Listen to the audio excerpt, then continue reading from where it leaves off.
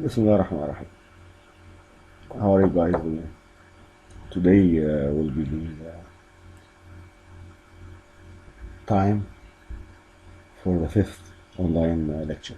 However, before we go on, I want you all to take like a week or 10 days maximum 10 days to review what we did so far and study the new material, so you'll be ready for a quiz in a week or 10 days maximum.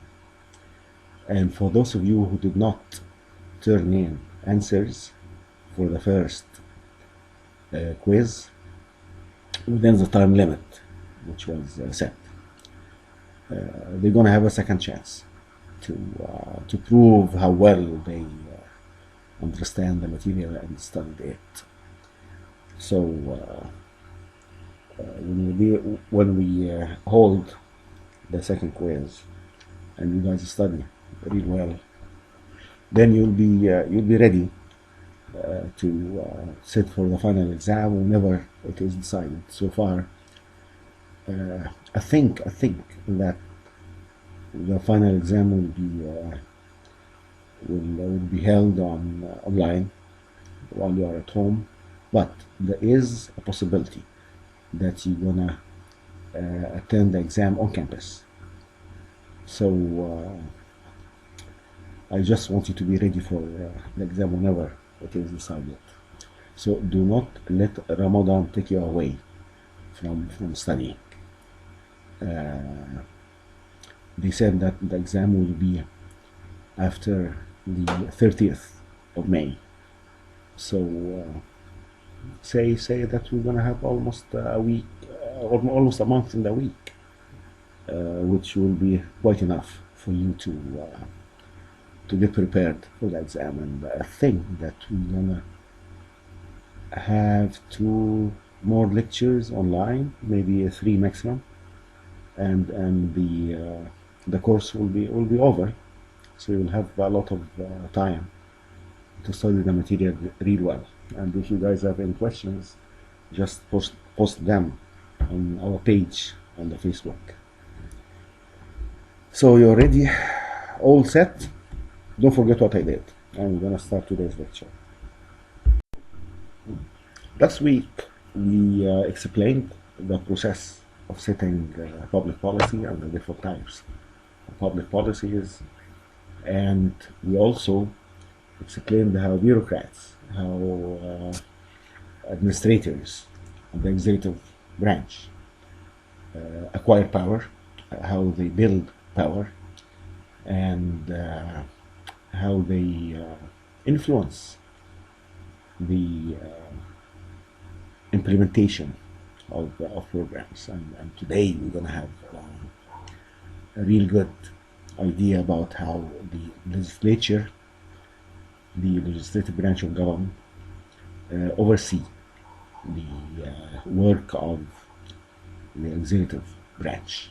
And in the same time, we're going to be able to see and understand how the administrators, those in the executive branch, influence the implementation of programs. After all, they manage those programs, and they influence how the programs are implemented. And before we go on, probably the corona crisis we are witnessing now, or living it, it may give us all a really good insight into how governments work in general, and how bureaucrats, how administrators in the executive branch can in times of crisis, how they can interfere and take over and assume complete responsibility and discretion to get things done in times of crisis. Now we are watching that the executive branch of government is really the branch doing all the work, all the precautions, and interfering and spending monies without the approval of the legislature, they go to that extent in order to deal with the crisis we are all now living and feeling. However, the legislative supervision has many types. Very important, the structural controls, which has different types, like the legislative veto, like the sunset laws, the sunshine laws. However, legislative supervision may also be seen during the process of legislative oversight, and also the case work, which sometimes is like individual cases attended to by representatives in the parliament. Most government programs take shape, and they are made during the legislative process as a response, as how the legislature respond to the public demands, and sometimes as a response to the executive leadership. The parliament or the legislature passes legislation and policies, sometimes to correct a particular problem. And problems vary widely, from central environmental policy to education in different governorates, and it may even cover trash collection practices and health problems in localities. However, legislation authorizes the program in any case. There has to be a legislation which authorizes, which gives life to programs. And typically, especially in larger jurisdictions, money to operate the program is authorized separately through an appropriations process. Money has to be appropriated from the legislature. With a program authorized and money appropriated, the building or expansion of a public organization can commence.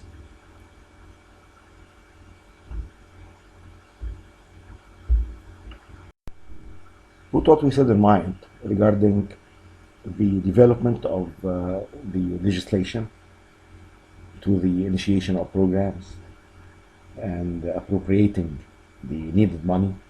However, notice that legislations can also be used as a control device.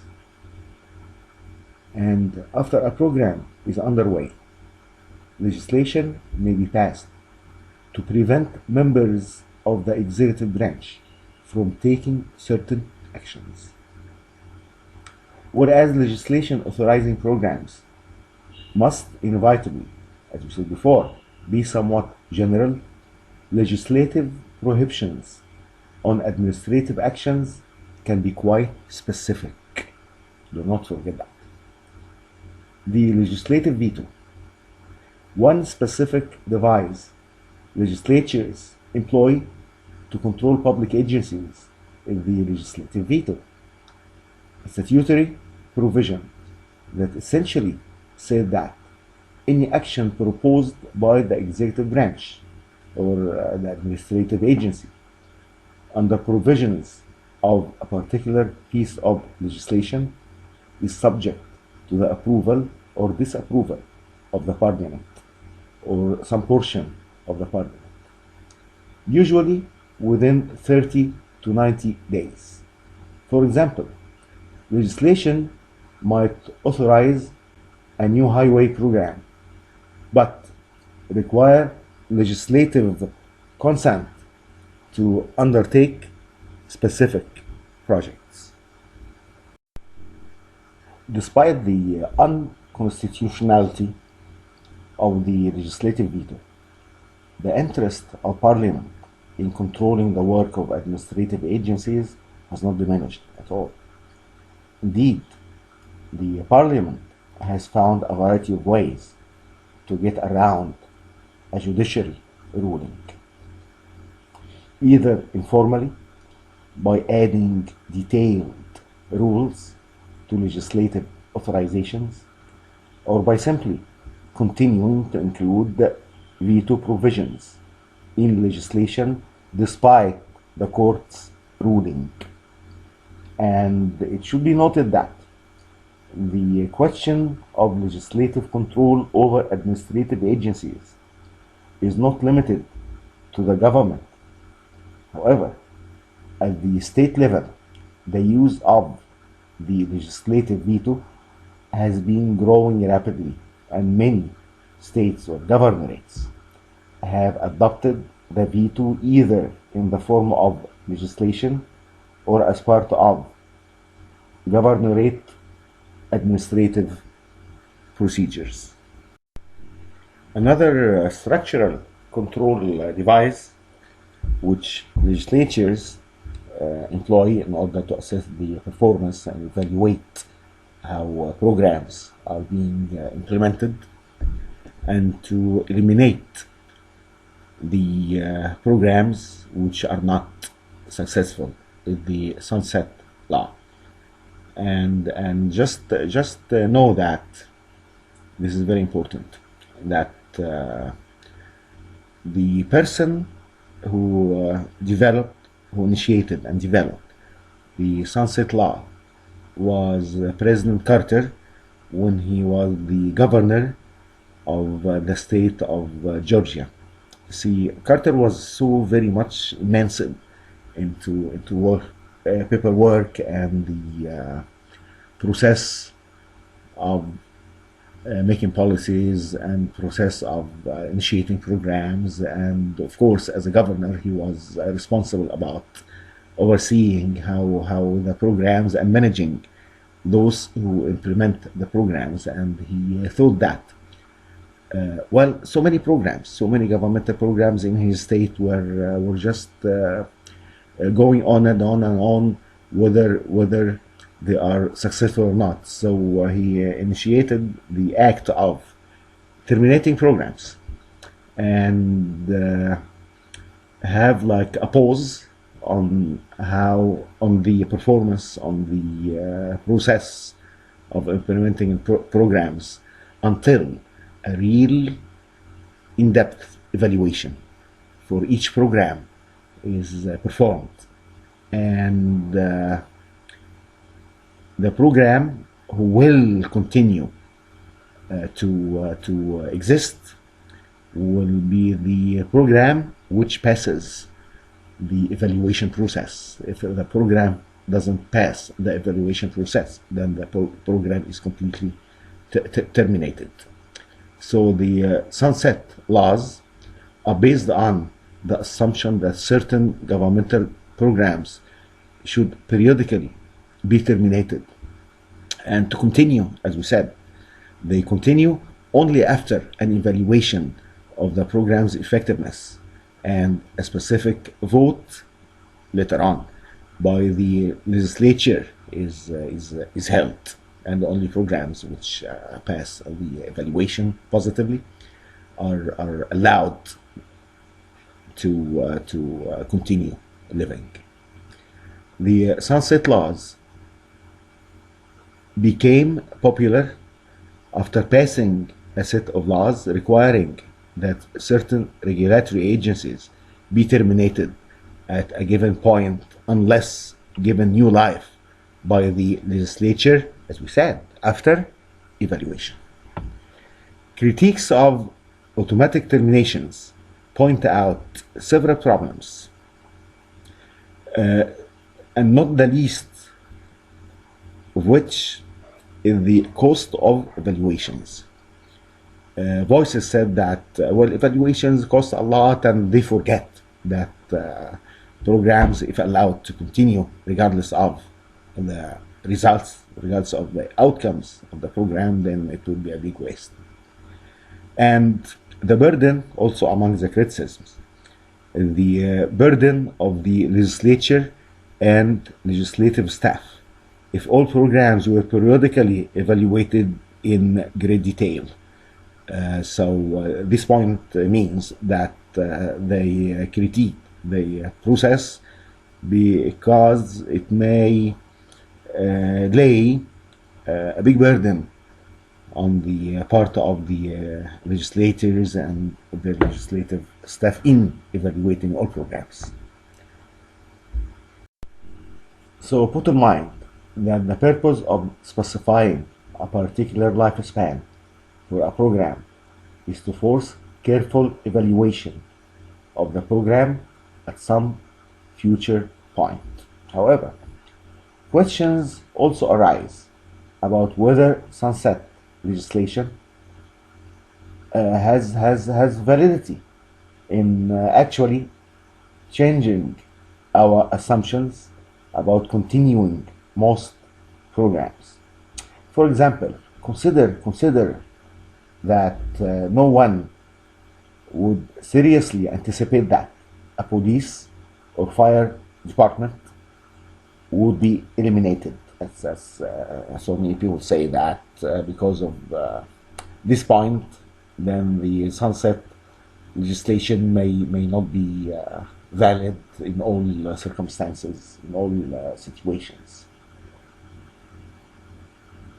However, a final critique point out that most programs are reviewed periodically anyway, and that highly ineffective programs are often eliminated even without sunset provisions.